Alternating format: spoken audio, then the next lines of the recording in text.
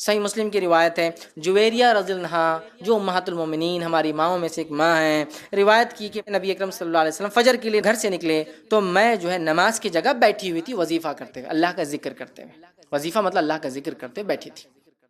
جب نبی اکرم صلی اللہ علیہ وسلم نماز صبح فجر کی تب سے بیٹھی ہوئی تھی، مطلب صبح سے بالکل ایک دم فجر پڑھ کے بیٹھ گئی تھی وظیفہ کرتے ہوئے، آپ سے ابھی فجر کی نماز فرض نماز کے لیے جا رہے تھے۔ اس کے بعد رسول اللہ صلی اللہ علیہ وسلم چاشت کے وقت تشریف لائے واپس، چاشت کے وقت مطلب سورج نکلنے کے بعد آپ جو ہے گھر میں تشریف لائے، مطلب ایک کافی لمبا وقت، وہ کئی گھنٹے گزار چکی تھی اسی جگہ، واپس تشریف لائے تو دیکھا کہ جویریہ رضی اللہ عنہ اسی وقت تک اسی مصلی پر بیٹھی ہوئی ذکر کر رہی ہے، تب تک چاشت مطلب کئی گھنٹوں سے اللہ کا ذکر کر رہی ہے۔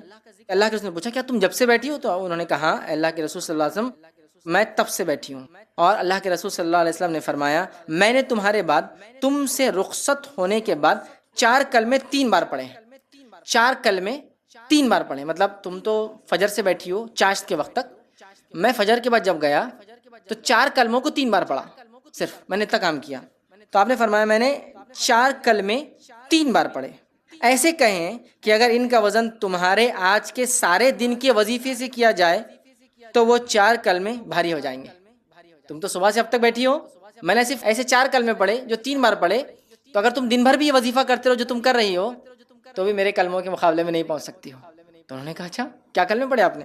تو اللہ کے رسول صلی اللہ علیہ وسلم فرمایا وہ کلمے یہ ہے، آپ نے فرمایا کہا سبحان اللہ عدد خلقی، سبحان اللہ عدد خلقی، سبحان اللہ کا لفظ ہے عدد خلقی، اللہ تعالیٰ کی مخلوق کی تعداد کے برابر اللہ میں تیری تسبیح بیان کرتا ہوں، تیری مخلوق کے برابر تیری تسبیح بیان کرتا ہوں۔ کلمہ نمبر 2 پھر آپ نے فرمایا اور کہا سبحان اللہ رضا نفسی، جس کا معنی ہے اللہ تعالیٰ کی راضی ہونے تک میں اللہ تعالیٰ کی تسبیح بیان کرتا ہوں، اس کے راضی ہونے تک تسبیح بیان کرتا ہوں۔ تیسرا فرمایا سبحان اللہ زینت عرشی، اللہ تعالیٰ کے عرش کے وزن کے برابر میں اللہ تعالیٰ کی تسبیح بیان کرتا ہوں۔ پھر فرمایا سبحان اللہ مداد کلمتی، اللہ کے کلمات کو تحریر کرنے کے لیے جتنی سیاہی مطلوب ہے اس قدر یا اس کے برابر میں اللہ تعالیٰ کی تسبیح بیان کرتا ہوں۔ یہ 4 کلمات آپ نے 4 کلمات 3 بار کہے جو کہ دن بھر کے وظیفے سے زیادہ افضل ہے۔ سبحان اللہ کا لفظ ہے، دیکھیے سنیے سبحان اللہ عدد خلقی۔ اس مہینے میں کثرت سے دعائیں کریں، چونکہ مغرب کے وقت مطلب افطار کے وقت بھی مغفرت ہو رہی ہے، ہر رات مغفرت ہو رہی ہے، تو خوب دعائیں کریں۔ اور یاد رکھیے رات میں اللہ تعالیٰ کا پہلے آسمان پہ آنا اور دعاؤں کو سننا یہ رمضان کے لیے خاص نہیں ہے، یہ سال بھر چلتا رہتا ہے۔ صحیح مسلم کی روایت ہے ہر رات اللہ تعالیٰ رات کے آخری پہر، تیسرے پہر، رات کا جو آخری حصہ ہوتا ہے اس میں انسانی دنیا پہ نازل ہوتا ہے اور ایک ندا آواز لگائی جاتی ہے کوئی مغفرت چاہنے والا میں دینے بیٹھا، ہے کوئی مانگنے والا میں دینے بیٹھا۔ اسی لیے نبی اکرم صلی اللہ علیہ وسلم رات کے آخری پہر میں نماز پڑھتے تھے تہجد کی خاص طور سے، ویسے تو آپ نے عشاء کی بات بھی پڑھی، بیچ رات میں پڑھی اور آخری وقت میں زیادہ پڑھتے تھے، لیکن چونکہ اس وقت اللہ تعالیٰ آسمانی دنیا پہ ہوتا ہے اور آواز لگائی جاتی ہے کوئی مانگنے والا۔ بلکہ ایک روایت کے اندر جو حسن درجے کی روایت ہے جامع جو ہے ترمذی کی، اس میں تو یہ بھی ہے جو شخص رات میں اٹھ کر رات میں تہجد پڑھتا ہے اس کا ایک فائدہ ہے کہ اللہ تعالیٰ اس کی جسمانی بیماریوں کو بھی اس سے دور کر دیتا ہے، دوسرے فوائد کے ساتھ ساتھ کہ اللہ نزدیک ہوتا ہے، دعائیں سنی جاتی ہیں۔ دعا کثرت سے دعائیں کریں، کثرت سے دعائیں، سجدے میں دعا، نماز کا سجدہ ہی مراد، نفلی نمازیں پڑھیں سجدوں میں دعائیں کریں، کثرت سے دعا قاعدوں کے اندر کریں جو ثابت ہے، اور دیگر دعائیں جو مختلف ارکان میں نبی اکرم صلی اللہ علیہ وسلم نماز میں کی۔ اس کے علاوہ عورتیں ہیں بھائی ٹھیک ہے یہ تو ساری چیزیں عبادت کی، اس کے علاوہ جو ہے دعاؤں کے لیے کوئی پاکی اور ناپاکی کا بھی مسئلہ نہیں، دعا کے لیے کوئی نہیں کہ آپ کوئی مخصوص وقت نہیں ہے، کوئی پاکی اور ناپاکی نہیں، ہر حال میں دعا کر سکتے ہیں، دعاؤں کا اہتمام کریں۔ دعا خود اپنے آپ میں ایک عبادت ہے، دعا عبادہ، دعا عبادت ہے، ٹھیک ہے؟ تو دعاؤں کا کثرت سے اہتمام کریں اپنے لیے اور دوسروں کے لیے اور اپنے میت کے لیے جو مر چکے ہیں۔ بہت اچھا موقع ہے، ویسے تو کبھی بھی کر سکتے ہیں لیکن یہ خاص موقع ہے، اور حدیث کے اندر الفاظ ہیں میت انتظار کرتی ہے قبر کے اندر کہ کوئی اس کے لیے دعا کرے۔ اسی طرح جس طرح سے ڈوبنے والا تنکے کا سہارا لیتا ہے، میت قبر میں انتظار کرتی ہے اس کے زندہ لوگوں کے دعا کرنے کے لیے کہ کوئی دعا کرے میرے لیے، جیسا ڈوبتا ہوا انسان کا تنکے کو پکڑتا ویسے ہی انتظار کرتی ہو کہ کوئی دعا بھیجے، ان کی مغفرت کی دعا کیجیے، اپنے لیے کیجیے دوسروں کے لیے کیجیے۔ اپنے لیے دعا کرو گے اس کے فائدے، دوسروں کے لیے دعا کرو گے اس کے بھی فائدے ہیں۔ نبی اکرم صلی اللہ علیہ وسلم فرماتے ہیں جب کوئی بندہ مومن دوسرے مومن بندے کے لیے غائبانہ دعا کرتا ہے، وہ سامنے نہیں ہے اور اس کو بولتا بھی نہیں ہے کہ تمہارے لیے کیا، تو وہی دعا پر اس کے لیے فرشتے آمین بولتے ہیں۔ تو میں اس کو اپنی زبان میں بولتا ہوں دعا کرو اور اپنے لیے دعا کرواؤ، آٹومیٹک میں کروں اللہ میرا بھائی بڑا پریشان حال ہے، اس کے مصیبت کو دور کر، تو فرشتے کیا دعا کرتے ہیں اللہ اس کی مصیبت کو اس سے دور کر، اے اللہ ان کے بچوں کے بڑے مسائل ہیں ان کے لیے آسانی عطا فرما۔ فرشتے دعا کرتے ہیں اللہ اس کے بچوں کے لیے اس کے لیے آسانی عطا فرما، اے اللہ ان کی تجارت میں جو ہے کمی آ گئی اللہ اس میں برکت عطا فرما۔ فرشتے دعا کرتے ہیں اللہ اس کی تجارت میں برکت عطا فرما۔ دعا کرو اور دعا اپنے لیے کرواؤ، کتنا اچھا اصول ہے نا۔ اور غائبانہ دعا بول کر بھی دعا کی جا سکتی ہے، نہیں غائبانہ کرنے کی فضیلت ہے۔ یہ حدیث میں آتا ہے کچھ دعائیں جو رد نہیں ہوتی، میں سے ایک دعا ہے کہ مومن بندے کا دوسرے مومن کے لیے غائبانہ دعا کرنا، بغیر بولے چپ کے اس کے لیے دعا کرنا، یہ بھی ہوتا ہے۔ ایسا اہتمام کر لیا آپ دعاؤں کا، اسی کو انتہا نہیں۔ ہم لوگ دعا میں بڑے کوتا نظر آتے ہیں نا، دعاؤں کا اہتمام کر ہر جگہ ہر جگہ ہر جگہ، اس حد تک کہ کبھی کوئی ایمبولینس کی آواز بھی آپ سنیں تو ضرور دعا کر لینا، اگر اس میں کوئی اللہ تیرا بندہ ہے یا کوئی انسان ہے تو اس کے لیے اگر وہ ہدایت کا مستحق ہے تو ہدایت دے دے اسی بیماری کے ذریعے اس کو، اور اگر جو ہے مسلمان ہے ہدایت یافتہ ہے تو اس کو شفا نصیب کر دے۔ آواز آپ کو دور سے آ رہی ہے، ہوگا نہیں ہوگا دیکھا جائیں گے، لیکن اگر تھا تو آپ کی کریڈٹ میں آ گیا، فرشتے دعا کرے اللہ اس کے لیے مسئلہ حل کر، اس کی بیماری دور کر، اس کو جو ہے فنا، سمجھ رہے ہیں آپ؟ تو آتی ہے نا کبھی آواز، کوئی نہ کوئی مطلب پرابلم میں ہے تبھی تو آواز آ رہی ہے، کسی کو ہسپتال لے جایا جا رہا ہے نا ہاسپٹل، تو آپ دعا کر سکتے ہیں، دعا دعا دعا ہر بار دعا ہے نا۔ دواخانے سے گزر رہے کوئی دعا، اللہ اتنے لوگ بیمار ہیں سب کو شفا دے بیچاروں، ہدایت کی جو مستحق ان کو ہدایت دے، جن کو شفا اور رحم کی ضرورت ہے ان کو شفا دے، اور جن کے لیے جو چیز بہتر ہے اس طرف ان کو گامزن کرے، چاہے تو شفا یا چاہے تو موت، جو بہتر ہے۔ آپ نے محسوس بھی نہیں کیا لیکن کتنے ہزاروں لوگوں کے لیے آپ دعا کرتے ہوئے چلے گئے وہاں سے۔ چھت اور اس کے بیمز کے اچھے کنسٹرکشن کے باوجود بھی خراب ہو جائیں گی، لوگ کہیں گے باقی سب تو اچھا تھا، اس کا بنیاد ڈالنے والا غلط تھا، مطلب پہلے بنیاد غلط پڑ گئی تھی، تو نتیجتاً یہ عمارت ٹک نہیں پائیں گی، یاد رکھیں۔ اور ویسے ہی ہوتا ہے، یاد رکھیں۔ تو کسی بھی امت یا کسی بھی قوم کی بنیاد کیا ہے؟ اس امت کی یا کسی بھی قوم یا امت کی بنیاد اس کی عورت ہوتی ہے، یاد رکھیں، اس لیے کہ وہاں سے چیزوں کی شروعات ہوتی ہے، یاد رکھیں۔ وہ جڑ ہے، یاد رکھیں، کسی بھی چیز کی، یاد رکھیں، اس کو کہا جا رہا ہے، جڑ کہا جا رہا ہے، ماں کہا جا رہا ہے، یاد رکھیں۔ تو وہ جڑ ہے، یاد رکھیں، وہ بنیاد ہے۔ اب یہ جیسی ہوں گی ایمان کے معاملے میں، نیک اعمال کے معاملے میں، عقیدے کے معاملے میں اور تمام چیزوں میں، آنے والی نسل اور آنے والی اولاد سے توقع اور امید ہے کہ انشاءاللہ عزیز وہ بھی ویسے ہی رہیں گی، یاد رکھیں۔ ہم میں سے ایسے کئی لوگ ہیں یا بہت سارے لوگ میرے پاس آتے ہیں، شکایتیں لاتے ہیں، گزارشات لاتے ہیں، کبھی مسائل کا حل پوچھتے ہیں، تو یہ کمپلینس تو میں نے کئی بار سنی کہ میری بیوی میری بات نہیں مانتی، میں اپنی بیوی سے عاجز آ چکا ہوں، میری بیوی نے مجھ پہ کیس ڈال دیا ہے، میں ڈومیسٹک وائلنس کے اندر پھنس چکا ہوں، میری بیوی میری جائیداد پہ نظر رکھی ہوئی ہے، یہ ساری چیزیں آتی ہے، لیکن یہ بات یا یہ مسئلے کا حل پوچھنے کوئی نہیں آ رہا ہے کہ میری بچی کی تربیت کیسے کروں کہ اگلے کسی کی بیوی بنے تو اس کو وہ تکلیف نہ ہو جو مجھے تکلیف ہو رہی ہے۔ بیسک چیزیں نہیں ہے۔ مطلب ایک آدمی یہ کمپلین تو کر رہا ہے کہ میں عورت کی وجہ سے پریشان ہوں جو میری بیوی ہے، لیکن یہ چیز کے لیے فکر مند نہیں ہے کہ میری بیٹی جو کل کسی کی بیوی بنے گی اس کی تربیت میں میں نے کسر تو نہیں چھوڑ رہا ہوں، تاکہ کہ اس کا گھر بھی تو ویسی برباد نہ اور پریشان ہو جیسا میں کہہ رہا ہوں۔ میں یہ نہیں کہہ رہا ہوں کہ واقعی میں اس کا گھر وہ پریشان ہے، انسان ہے، سوچ ہوتی ہے، مسائل کو سننے کے بعد جواب دیا جا سکتا ہے، لیکن ایک کمپلین ہے کامن، اس کا میں جواب دینے کی کوشش کر رہا ہوں۔ تو اپنی بچیوں کی تربیت کے معاملے میں، عورتوں کے معاملے میں، لڑکیوں کے معاملے میں ہم بے حس ہو چکے، یاد رکھیں۔ اور ایک کامن چیز جو دیکھی جا رہی ہے وہ یہ، ان کو کچھ مت بولو، ان کو دینیات میں کچھ مت پڑھاؤ، ان پہ پڑھائی کا آلریڈی بہت زیادہ بوجھ ہے، ان کو گھریلو جتنے کام ہوتے ہیں اس سے دور رکھو، ان کو ریئل لائف سے دور رکھو، ان کو بہت اٹھا کر سنبھال کے رکھو، اس لیول پر لے کے چلے جاؤ کہ جب نکاح ہو تو ان کو کچھ نہیں پتا ہو دنیا کا، نتیجتاً پھر بعد میں آپ بھی پریشان اور وہ بھی پریشان، اور پھر پوری زندگی بھر کے لیے وعدہ کرو کہ تم جہاں بھی جاؤں گی میرا سپورٹ تمہارے ساتھ رہے گا، اور روز ان کو فون کر کے ہر 4 گھنٹے میں پوچھو تیرے حالات کیسے چل رہے ہیں، چونکہ موسم کے جیسے ہی ان کے حالات ہو گئے۔ تربیت نہ ہونے کے نتیجے میں آپ کو میرج کے بیفور بھی سپورٹ دینا ہے اور آفٹر میرج بھی کسٹمر سپورٹ کہتا ہے، کنٹینیو سپورٹ دینا ہے کہ بھائی تیرا کچھ ہو تو نہیں رہا، میں آیا کھڑا ہوں۔ سبحان اللہ۔ مطلب آپ کو اپنی تربیت پر ایسا اعتماد اور ایسا بھروسہ ہونا چاہیے تھا، لڑکے کی دینداری اور اخلاق دیکھ کر آپ نے دینا چاہیے تھا کہ اب آپ کو پلٹ کے دیکھنے کی ضرورت محسوس نہیں ہونا چاہیے تھا، آپ کو پتا ہونا چاہیے تھا کہ اب ایک نئی نسل کی بنیاد پڑی ہے جو مضبوطی کے ساتھ اسلامی عقیدے پہ، اچھے اعمال کی بنیاد پر میری بچی کرنے والی ہے، یہ ہونا چاہیے تھا۔ تو بہرحال واقعات جتنے رونما ہو رہے ہیں آپ کسی کو بھی دوش دیجئے، میں کامنلی یہ کہتا ہوں یہ ہماری تربیت کا نتیجہ ہے جو خاص طور سے ہم نے لڑکیوں کی نہیں کی، یاد رکھیں۔ اگر کوئی باپ بگڑا ہوا بھی ہے، یاد رکھیں، اور آپ دیکھیے اس کی بیوی مطلب ایک ماں سدھری ہوئی ہے، وہ اچھی خاتون ہے، تو آپ بولیں گے یار ان کا باپ تو شرابی، ان بچوں کا بچے بڑے اچھے ہیں، بچے بااخلاق ہے، آپ بولیں گے کیسے؟ کہیں گے اس کی ماں کی وجہ سے۔ ایک باپ بالکل نمازی، پرہیزگار، متقی اور سب کچھ کر رہا ہے اور اس کی بیوی دیندار نہیں ہے، تو آپ بچوں میں ایسا محسوس کریں گے تو آپ کہیں گے یار باپ تو ایسا ہے، بچے ایسے کیوں ہیں؟ تو لوگ کہیں گے ان کی ماں اچھی نہیں ہے، بچے بہرحال اس کی وجہ سے خراب ہو گئے۔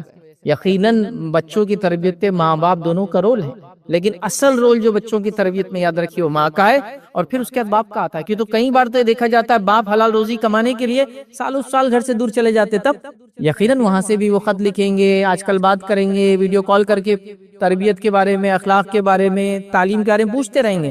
لیکن فزیکل سینس میں تو ظاہر سی بات ہے ماں کا وہاں ہونا بہت ضروری ہے. اور ماں کی فکر یاد رکھیے وہ بچوں کی فکر بنتی ہے، یاد رکھیے ماں کی سوچ یہ بچوں کی سوچ بنتی ہے، ماں کا تقویٰ بچوں کا تقویٰ بنتا ہے. ماں جھوٹی ہے تو بچے جھوٹے نکلیں، ماں غیبتی ہے بچے غیبتیں نکلیں گے. تو یہ ایک نیچرل چیز ہے، یاد رکھیے یہ نیچرل فینومینا. تو یقیناً ہم کو تربیت کے معاملے میں بہت اہمیت دینا ہے. اور میں اپنی زبان میں خاتون اسلام مسلمان عورت کو یوں کہتا ہوں، یہ بلڈرز آف دی نیشن ہے، یہ قوم کے معمار ہے.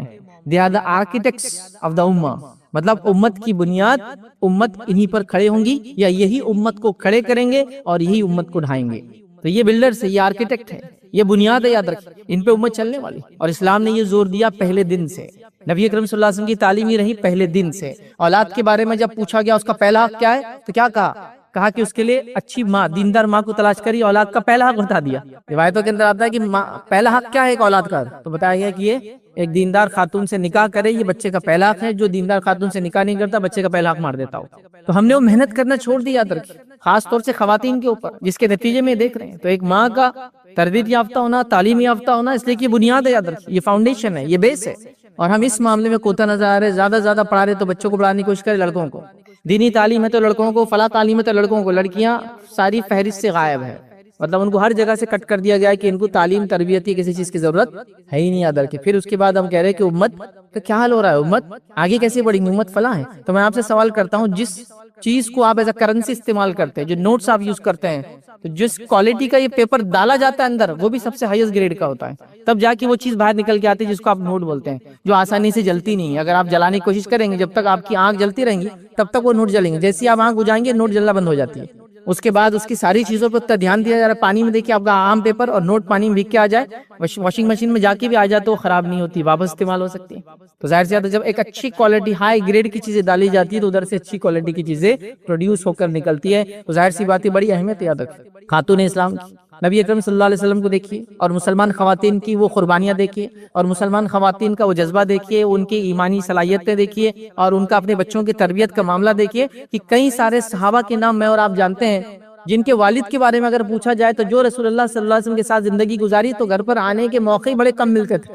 ابھی تو راتیں بھی گزر جا رہی مسجد نبوی میں، ہاں، لیکن وہ بچے جو ان کے گود میں پل رہے تھے، جو دھنے منع صحابہ تھے، جو نوجوان صحابہ تھے، یہ ان کی تربیت کا نتیجہ ہے. لیکن ان میں سے بھی اکثر کیا آپ لڑکوں کے نام، مطلب صحابی کا نام اور اس کے والد کا نام جانتے ہیں، ان کے ماؤں کے نام بھی ہم جانتے نہیں. مطلب وہ واقعے میں فاؤنڈرز تھی، وہ واقعے میں بنیاد تھی.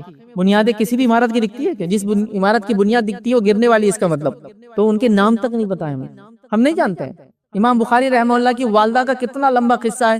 یہ بچپن میں نابینا ہو گئے تھے، ان کی والدہ دعا کرتی تھی، یہ ہوا پڑھی بخاری کی ابتدا کے اندر پورا ان کی زندگی کا واقعہ ہے. آپ ابتدائی دور میں نابینا ہو چکے تھے، آنکھوں کی بینائی جا چکی تھی جب چھوٹے تھے. ماں نے خوب دعائیں کی، فلاں کی، ماں نے تربیت کی، سب کچھ کی، لیکن آپ کو پتا ہے ان کی والدہ کا نام موجود نہیں، کہیں بھی ریٹن فارم میں لکھا نہیں کہ ان کی والدہ کون تھی.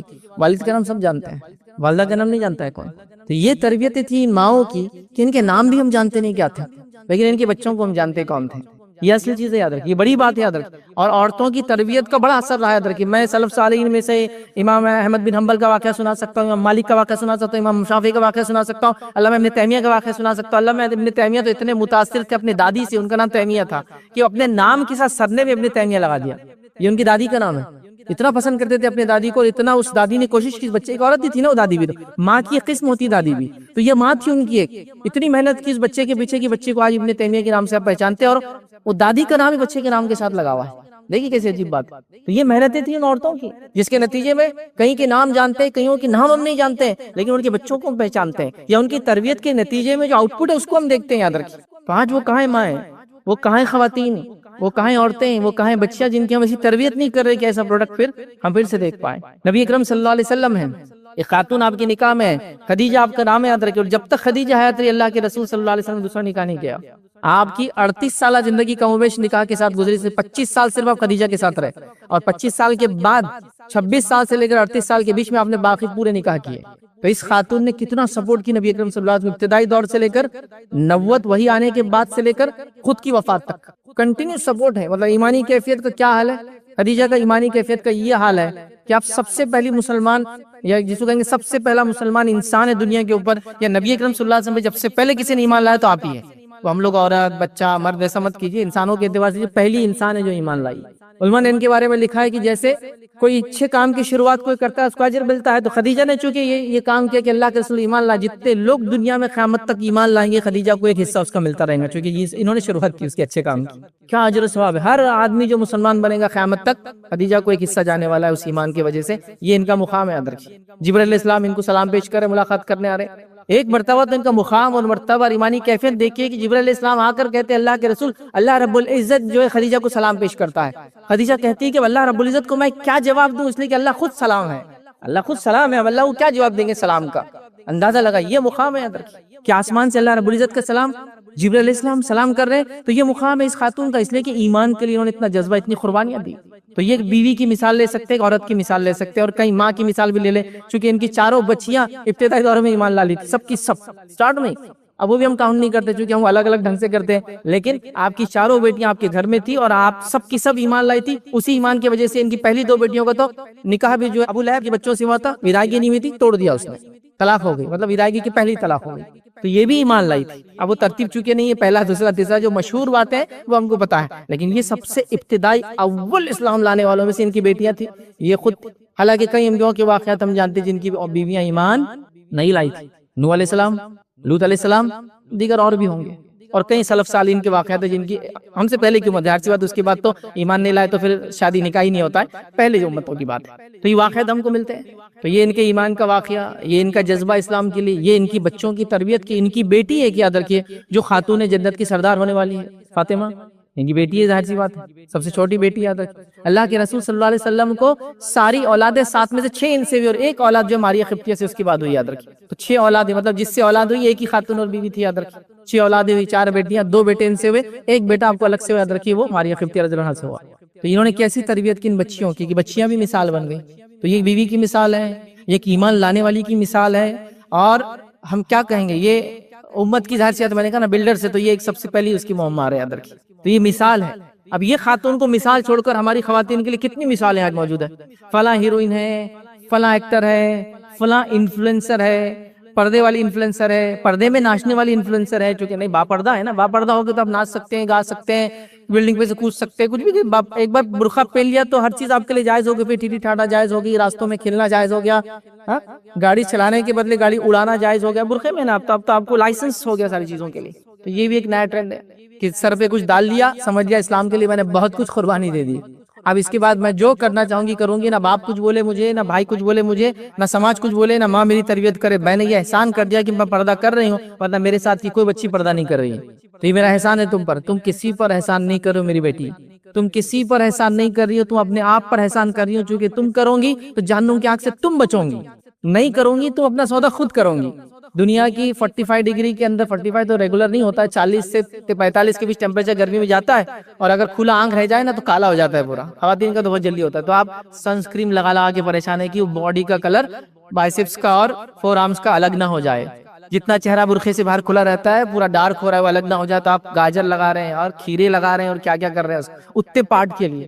اندازہ لگائیے آخرت میں جو جہنم حقیقت ہے، جل رہی ہے، کنٹینیوسلی دہکائی جا رہی ہے، اس کے خلاف کیا پلاننگ ہے، اس کے اگینسٹ میں کیا کر رہی ہوں. کوئی پلاننگ نہیں میری اس کے اگینسٹ، وہ میں دیکھ لوں گی، ڈیل کر لوں گی اپنے آپ. یہ نہیں ہو سکتا ہے، کبھی نہیں ہو سکتا ہے. تو خود سوچو، احسان تم کسی بھی نہیں کر رہی ہو، اپنے آپ پر احسان کروں گی جو کچھ کروں گی. اسلام لا کر، اسلام پر چل کر کوئی اس پر احسان نہیں کرتا ہے. یہ اللہ رب العزت کا احسان ہے کہ اس نے اسلام کو دیا. مانتے ہو، اس پہ چلتے ہو تو اپنا فائدہ کرتے ہو، نہیں مانتے ہو تو اپنا نقصان کرتے ہو. یہ اللہ کا فضل اور احسان ہے مجھ پر اور آپ پر. ہم کچھ بھی کر کے احسان نہیں کرے. تھاٹ آ گیا لوگوں میں، بچوں کو بھی بولنا پڑتا ہے اتنا تو کر لو بیٹا. احسان ہے تمہارا کہ تم نے نماز پڑھ لی پوری، احسان ہے تمہارا کہ تم نے پردہ کر لیا. یہ اچھی بات تھی کہ تم نے جو ہم کو بتا دیا افیئر کرنے سے پہلے. یہ اچھی بات تھی کہ تم نے افیئر کیا لیکن اولاد پیدا نہیں کی، کم از کم اتنا نام تمہارا باقی رکھا لوگوں کے اندر.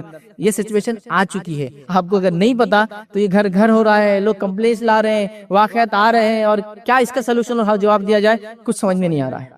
کیسا ہوگا اس امت کا حال جب اس کی ماؤں کا حال، ہماری بیٹیوں کا حال یہ ہوگا جو مائیں بنیں گی کل کی، تو امت کو کیا دے کر جائیں گی. جب بیج میں نقص آ جائیں گا، کمزوری آ جائیں گی، فصل کبھی اچھی نہیں ہو سکتی. یاد رکھیے یہ بات سمجھنے کی. تو صرف میں عورتوں کو کوس نہیں رہا ہوں اس خطبے کے اندر، میں چاہ رہا ہوں کہ مرد جو بیٹھے اپنی بچیوں کی تربیت پہ دھیان دیں، ماں باپ ہونے کے ناطے اپنے بچیوں کے لیے فکر مند ہو، بچوں کے لیے بھی ہو، ظاہر سی بات ہے، لیکن کہیں نہ کہیں ان کو پہلے سمجھنا ضروری ہے، کیونکہ اگلی نسلیں بچے اور بچے انہی سے آنے والے ہیں۔ اپنی لڑکیوں کی تربیت سے معاملہ چالو ہوگا، یاد رکھیے فاطمہ رضی اللہ عنہا ان کی بیٹی ہے، ان کو مثال لے لے، ایک بیٹی ہونے کے ناطے مثال لے لے اپنی باپ کی مدد ایمان لانے کے بعد۔ نبی اکرم صلی اللہ علیہ وسلم نماز پڑھ رہے ہیں، لا کر ایک بہت بڑا جو اونٹ کی غلاظت ہوتی ہے، اس کا جو لارج انٹسٹائن ہوتا ہے، یاد رکھیے وہ لا کے رکھ دیا گیا، جو کہ اونٹ پہ بہت وزنی ہوتا ہے، مطلب اس کا وزن مطلب 100-150 کلو ہوتا ہے، اسے چھوٹا موٹا نہیں ہوتا ہے۔ نبی اکرم صلی اللہ علیہ وسلم کی عمر کتنی ہے آپ دیکھیے، آپ اٹھ نہیں پا رہے، اس آپ کی پیٹھ پہ رکھا ہوا ہے پورا، آپ اٹھ نہیں پا رہے، یہ آتی ہے اور پورا اپنے والد کے آنکھ پہ سے وہ ہٹاتی ہے اور اس کو صاف کرتی ہے۔ تو یہ دیکھیے ایک بیٹی کی مدد اپنے باپ کے لیے، حالانکہ بہت چھوٹی تھی عمر میں، یاد رکھیے، پھر بھی آگے اپنے باپ کی مدد کرتی ہیں، تو یہ بیٹی کی مدد دیکھیے۔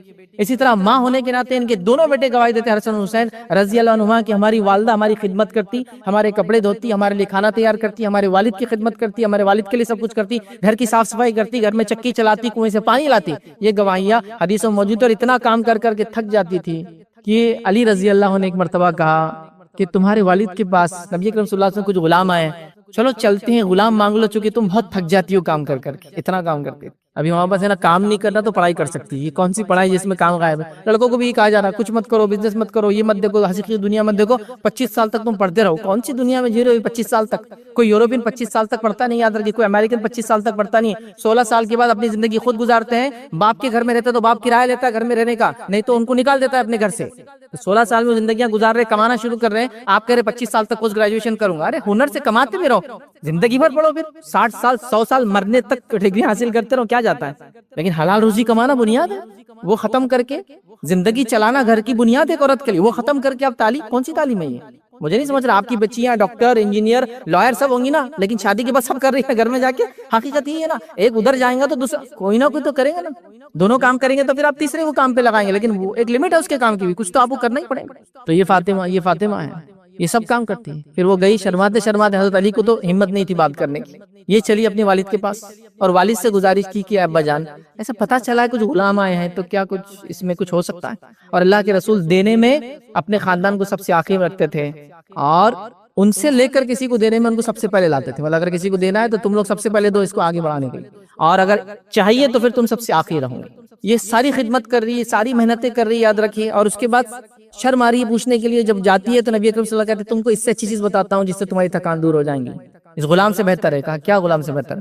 تو کہا تم گھر میں جب سونے جاؤ تو سونے سے پہلے یہ تسبیح پڑھا کرو، 33 بار سبحان اللہ، 33 بار الحمدللہ، اور 34 بار اللہ اکبر۔ نماز کے بعد جو پڑھتے ہیں وہ 33 بار سبحان اللہ، 33 بار الحمدللہ، 33 بار اللہ اکبر، اور آخر میں لا الہ الا اللہ وحدہ لا شریک لہ لہ الملک وله الحمد وهو على كل شيء قدیر۔ لیکن سونے سے پہلے والی تسبیح یہ والی ہو، 33 بار اور 34 بار اللہ اکبر۔ کہا یہ کر دو۔ تو علماء لکھتے ہیں کہ جو انسان انتھک محنت کرنے والا کام کرتا ہے جسمانی، اسے چاہیے تسبیح پڑھے، چونکہ یہ تسبیح غلام کی متبادل ہے، مطلب آپ کی تھکان بھی دور کریں گی۔